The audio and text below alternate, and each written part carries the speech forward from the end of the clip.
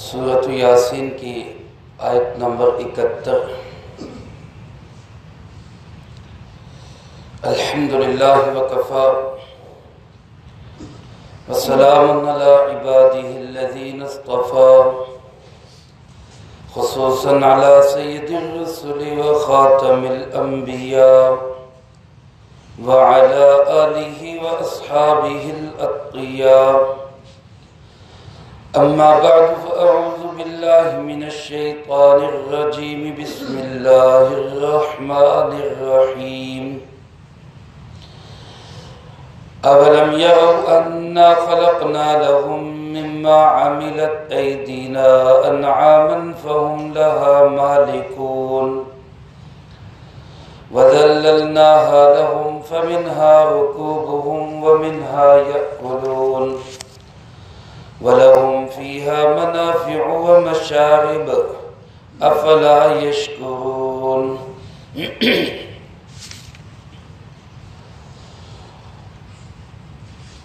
اولم یروا انا خلقنا لهم، کیا ان لوگوں نے اس بات کو نہیں دیکھا بے شک ہم نے پیدا کیا ان کے لیے مما عملت ایدینا، ان چیزوں میں سے جن کو ہمارے ہاتھوں نے بنایا، انعاما مویشیوں کو، فہم لہا مالکون بس یہ اس کے مالک ہیں، وذللناها لہم اور ہم نے ان مویشیوں کو ان کے تابع کر دیا، فمنہا رکوبہم بس ان میں سے کچھ پہ ان کی سواری ہوتی ہے، ومنہا یأکلون اور کچھ کو یہ کھاتے ہیں، وَلَهُمْ فِيهَا مَنَافِعُ وَمَشَارِبُ اور ان کے لیے ان مویشیوں میں اور بہت سارے نفع ہیں اور پینے کے گھاٹ بھی ہیں، افلا یشکرون کیوں نہیں یہ لوگ شکر ادا کرتے۔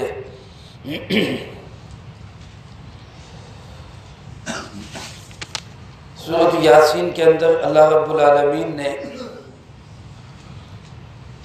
عقیدہ آخرت کے متعلق، حشر نشر کے متعلق، مرنے کے بعد جی اٹھنے کی زندگی کو بہت تفصیل کے ساتھ بیان فرمایا ہے۔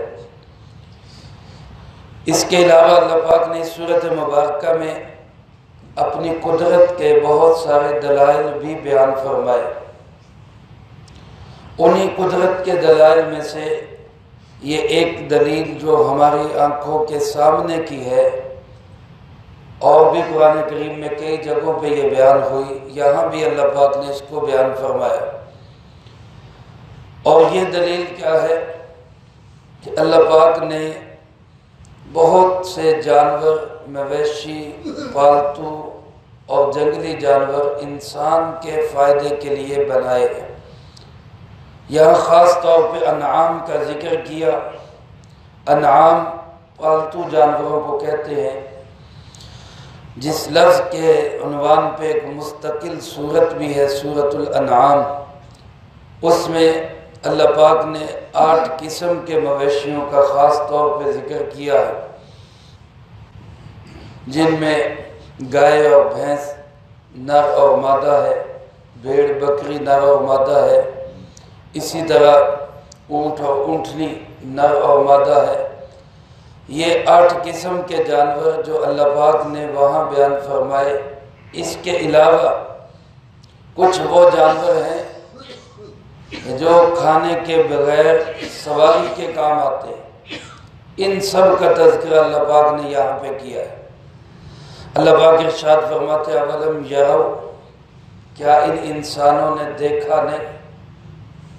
ظاہر انسان دیکھتا تو ہے، لیکن دیکھنے کا مراد کیا ہے یہاں پہ؟ غور کرنا، فکر کرنا، سوچنا۔ کیا ان انسانوں نے کبھی اس بات کو سوچا نہیں، غور نہیں کیا اس پہ؟ انا خلقنا لہم ہم نے پیدا کیا اور ان کے لیے پیدا کیا۔ یہ جتنے جانور ہیں، گائے ہے، بھینس ہے، بکری ہے، بھیڑ ہے، اونٹ ہے، گھوڑا ہے، خچر، گدھا ہے، ان میں سے کسی جانور کی اللہ رب العالمین کو کوئی ضرورت نہیں۔ یہ سب جانور اللہ نے کس کے لیے پیدا کیے ہیں؟ یہ میرے اور آپ کے لیے پیدا کیے۔ خلقنا، ہم نے پیدا کیے، لہم، ان کے لیے۔ اور کیسے پیدا کیے؟ اللہ فرماتے ہیں مما عملت ایدینا، اس میں ہمارے ہاتھوں نے کام کیا، کسی اور کا ہاتھ نہیں ہے اس میں۔ اس بنانے کے اندر کسی کی معاونت نہیں ہے، کسی کی مدد اور شرکت نہیں ہے۔ اللہ فرماتے خالصتاً، ہم نے اپنے ہاتھوں سے بنایا۔ یہ جتنی مخلوق ہے، سب کی سب مخلوق اللہ کے دست قدرت سے بنی ہوئی ہے۔ اللہ نے اپنے قدرت والے ہاتھ سے بنایا۔ خاص طور پہ ان میں فرمایا انعامن، یہ جو مویشی ہیں، پالتو جانور ہے جو گھروں میں پالے جاتے ہیں، یہ اللہ کا خاص انعام ہے۔ ان کو پیدا کرنے والا کون ہے؟ اللہ ہے۔ ان کا مالک حقیقی بھی کون ہے؟ اللہ ہے۔ لیکن اللہ فرماتے میں پیدا کر کے، مالک ہو کے، میں نے تمہیں مالک بنا دیا۔ فَهُمْ لَهَا مَالِكُونَ، یہ لوگ اس کے مالک بن گئے۔ بھینسیں خریدی جاتی ہیں، بیچی جاتی ہیں، گائے خریدی جاتی ہیں، بیچی جاتی ہیں، اونٹ، گھوڑے، خچر خریدے جاتے ہیں، بیچے جاتے ہیں۔ مالک کون بن گیا؟ انسان بن گیا۔ اور اس انسان کو مالک بنایا کس نے؟ اللہ رب العالمین۔ میرے محترم دوستو، یہاں وہ نظریہ بھی قرآن کریم نے بتا دیا۔ آج دنیا کے اندر دو قسم کے نظریے چلتے ہیں۔ ایک سرمایہ دارانہ نظریہ ہے۔ سرمایہ دارانہ نظریہ کیا ہے کہ اصل سرمایہ ہے، اصل مال ہے۔ اور ایک کمیونزم ہے۔ کمیونزم نظریہ کیا ہے کہ نہیں جی، اصل محنت ہے۔ یہ فیکٹری چلتی نا، کوئی بھی ادارہ ہو، کوئی بھی مل ہو، اس میں دو چیزیں ہوتی ہیں، ایک سرمایہ ہوتا ہے، ایک مزدوروں کی محنت ہوتی ہے۔ مالک کا سرمایہ، مزدور کی محنت۔ اب ان دونوں چیزوں میں اصل کیا ہے؟ جو سرمایہ دارانہ نظام والے ہیں، یورپ اور امریکہ والے، یہ کہتے ہیں کہ جی اصل سرمایہ ہے، سرمایہ ہوگا تو مل لگے گی اور مزدور کام کرے گا۔ اور جو کمیونزم ہے، چین اور روس کا نظام ہے، وہ کہتے ہیں کہ جی نہیں، اصل محنت ہے، مزدور محنت کرے گا تو مل لگے گی، محنت نہ کرے تو مل کیا کر لے گی۔ تو یہ بہت ان کا اختلاف ہے، اس نظام کا اختلاف ہے۔ اسلام دونوں کی نفی کرتا ہے۔ اسلام کہتا ہے نہ اصل سرمایہ ہے، نہ اصل محنت ہے، اصل کیا ہے؟ وہ اللہ کا حکم ہے۔ اصل چیز اللہ کا حکم ہے۔ اللہ کے حکم کو سامنے رکھ کے سرمایہ دار اور مزدور دونوں چلیں گے تو دنیا کو سکون ملے گا۔ اور جب دونوں اللہ کا حکم چھوڑ دیں گے تو پھر سرمایہ دار اپنی طرف کھینچے گا، مزدور اپنی طرف کھینچے گا، جس کا نتیجہ کیا ہوگا؟ کشمکش اور لڑائی ہوگی۔ تو اللہ پاک نے یہاں بتایا کہ پیدا میں نے کیا، بنانے والا میں ہوں۔ سرمایہ کو پیدا کرنے والا بھی کون ہے؟ اللہ ہے۔ اور مزدور کی محنت کو پیدا کرنے والا بھی کون ہے؟ اللہ ہے۔ اللہ فرماتے میں نے عارضی طور پہ تمہیں مالک بنا دیا، کوئی اس کا حقیقی مالک نہیں۔ حقیقی مالک پوری کائنات کا وہ صرف اور صرف کون ہے؟ اللہ رب العالمین۔ پھر اللہ فرماتے ہیں دیکھو، جانور میں نے بنائے، میں نے پیدا کیے اور تم سے زیادہ طاقت دی۔ بعض جانور ایسے جن کے اندر انسان سے زیادہ طاقت ہے، جیسے گھوڑا ہے، جیسے اونٹ ہے، انسان سے زیادہ طاقتور ہے۔ لیکن اللہ فرماتے ہیں وَذَلَّلْنَاهَا لَهُمْ، میں نے تمہارے سامنے ان کو تابع کر دیا۔ ان جانوروں کو میں نے ان کی طبیعت میں، ان کی فطرت میں، دل دماغ میں یہ بات فٹ کر دی کہ تم نے انسان کی بات ماننی ہے۔ اب ایک چھوٹا سا بچہ، نوجوان لڑکا، وہ اونٹوں کی ایک پوری لائن کو وہ ایک کی رسی پکڑی ہوتی ہے اور 8 10 15 اونٹ اس کے پیچھے چل رہے ہوتے ہیں، اس کی اطاعت کرتے ہوئے جا رہے ہیں، حالانکہ ان میں سے ایک ایک اونٹ بھی اس نوجوان لڑکے سے کئی گنا زیادہ پاور رکھتا ہے۔ تو اونٹوں کو اس انسان کے تابع کس نے کر دیا؟ اللہ رب العالمین۔ گھوڑے ہیں، گدھے ہیں، خچر ہیں، سب کس نے انسان کے تابع کر دیے؟ اللہ پاک فرماتے ذللناہا، ہم نے ان کو تمہارے تابع کیا۔ فمنہا رکوبہم، ان میں سے کچھ پہ تو انسان سواری کرتا ہے، جیسے گھوڑا ہے، گدھا ہے، خچر ہے، اونٹ ہے، ان پہ انسان سواری کرتا ہے، نقل و حمل کے کام آتے ہیں، اسباب و وسائل کو ایک جگہ سے دوسری جگہ منتقل کرنے کے کام آتے ہیں۔ آج ان کی جگہ اگر جدید چیزیں آ گئی، رکشے آ گئے، ویگنے آ گئے، ٹرک آ گئے، ڈالے آ گئے، تو اللہ پاک نے قرآن کریم میں ان کی طرف بھی اشارہ کیا ہے کہ وَيَخْلُقُ مَا لَا تَعْلَمُونَ، میں ایسی چیزیں پیدا کرتا رہوں گا جن کو تم جانتے نہیں، تمہارے علم میں بھی نہیں۔ اس زمانے میں آج کی جو چیزیں پیدا ہو چکی ہیں یہ کسی کے علم میں نہیں تھی۔ آج بہت ساری چیزیں ایسی ہیں جو ہمارے علم میں نہیں ہیں، اگلے زمانے کے اندر مستقبل میں پیدا ہوگی، ہمارے علم میں بھی نہیں۔ تو یہ ساری کی ساری سواریاں، وہ جدید ہوں یا قدیم ہوں، سب سواریوں کو تابع کرنے والا کون ہے؟ اللہ رب العالمین۔ حضرت حسن بصری رحمۃ اللہ علیہ ایک اللہ والے گزرے ہیں، اونچے درجے کے تابعین میں سے ہیں، صحابہ کے شاگردوں میں سے ہیں۔ یہ فرماتے کہ میں جب سواری کرتا ہوں اور میرا جانور سواری کا وہ میرے ساتھ کوئی اڑی کرے، ضد کرے، میری بات نہ مانے، تو میں فوراً اپنا تعلق اللہ کے ساتھ جوڑتا ہوں کہ میں نے کوئی اللہ کی نافرمانی کی ہے جو یہ میرا جانور میری نافرمانی کرے۔ اب ہماری کبھی موٹر سائیکل سٹارٹ نہ ہو، ہم نے کبھی سوچا ہی نہیں، ہم پلگ دیکھیں گے، اس کا آئل دیکھیں گے، اس کے جو ہے پٹرول دیکھیں گے اور تاریں دیکھیں گے، اس طرف کبھی دھیان ہی نہیں گیا کہ آج یہ جو موٹر سائیکل یا گاڑی سٹارٹ نہیں ہو رہی، کہیں میں نے کوئی اللہ کی نافرمانی تو نہیں کی، یہ میری بات نہیں مان رہے۔ گاڑی کا انجن بھی کس کے قبضے کے اندر ہے؟ اللہ کے گھر۔ وہ چلائے گا تو چلے گا، نہیں چلائے گا تو نہیں چلے۔ اس لیے ہمیں سواری کی دعائی کیا سکھائی گئی؟ سبحان الذی سخر لنا ھذا، یہ سواری کی دعا ہے، سواری کی دعا ہے، سفر کی دعا نہیں ہے۔ سفر کی دعائیں اور ہیں، یہ سواری کی دعا ہے۔ سبحان الذی سخر لنا، پاک ہے وہ ذات جس نے یہ ہمارے تابع کر دیا۔ سخر لنا ھذا، اس سواری کو، وہ گھوڑا ہو، وہ خچر ہو، وہ اونٹ ہو، وہ کار ہو، وہ بس ہو، وہ کوچ ہو، وہ ڈالا ہو، وہ کوئی بھی سواری ہو، اس سواری کو جس نے ہمارے مطیع کر دیا، ہمارا فرما بردار بنا دیا، ہمارے تابع کر دیا، وہ پاک ذات کون ہے؟ وہ اللہ کی ذات ہے۔ فرمایا ہم نے تمہارے تابع کیا، ان میں سے کچھ پہ تم سواری کرتے ہو، وَمِنْهَا تَأْكُلُونَ، اور کچھ وَمِنْهَا يَأْكُلُونَ، اور کچھ کو یہ لوگ کھاتے ہیں۔ کچھ کا گوشت کھایا جاتا ہے، جیسے بھیڑ ہے، بکری ہے، ان پہ سواری نہیں ہو سکتی لیکن ان کا گوشت کھاتے ہیں۔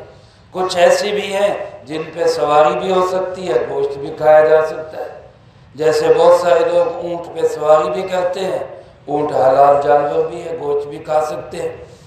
گھوڑا جو ہے سواری کے بھی کام آتا ہے اور گھوڑا حلال بھی ہے، گھوڑا حرام نہیں ہے، گھوڑے کا گوشت حلال ہے، لیکن اس لیے منع کیا گیا اس کو کھانے سے کہ یہ جہاد کے کام آتا ہے، کہیں ایسا نہ ہو کہ کھاتے کھاتے ختم ہو جائے اور جہاد کا فریضہ رک جائے، اس لیے اس کے گوشت کو کھانے کو عام طور پہ منع کیا گیا، ورنہ وہ حرام نہیں۔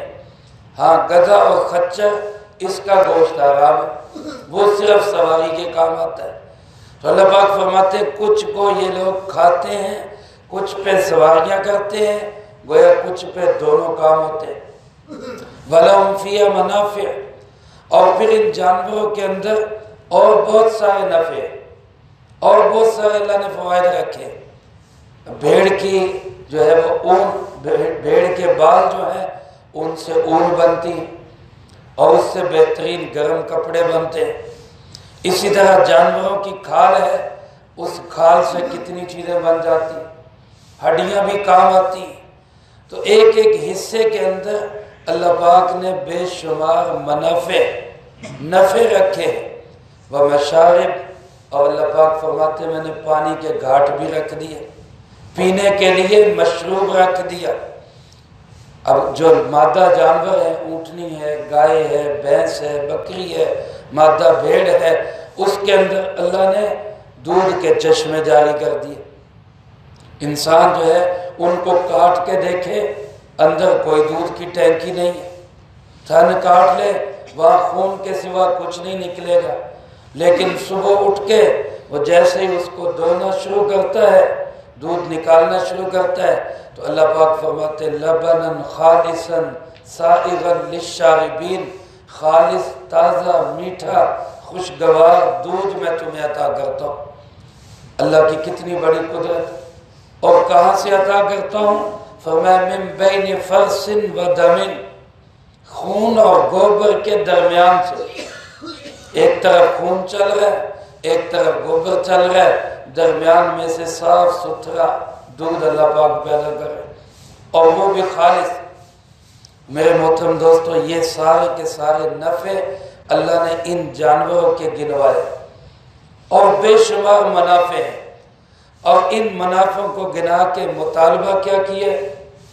صرف ایک مطالبہ ہے، افلا یشکرون، یہ لوگ شکر کیوں نہیں ادا کرتے، یہ لوگ شکر کیوں نہیں ادا کرتے؟ کوئی لمبا چوڑا مطالبہ نہیں، بندہ بس اللہ کی نعمتوں کو استعمال کرے، اور استعمال کر کے کہے یا اللہ تیرا شکر، اپنا حق نہ سمجھے۔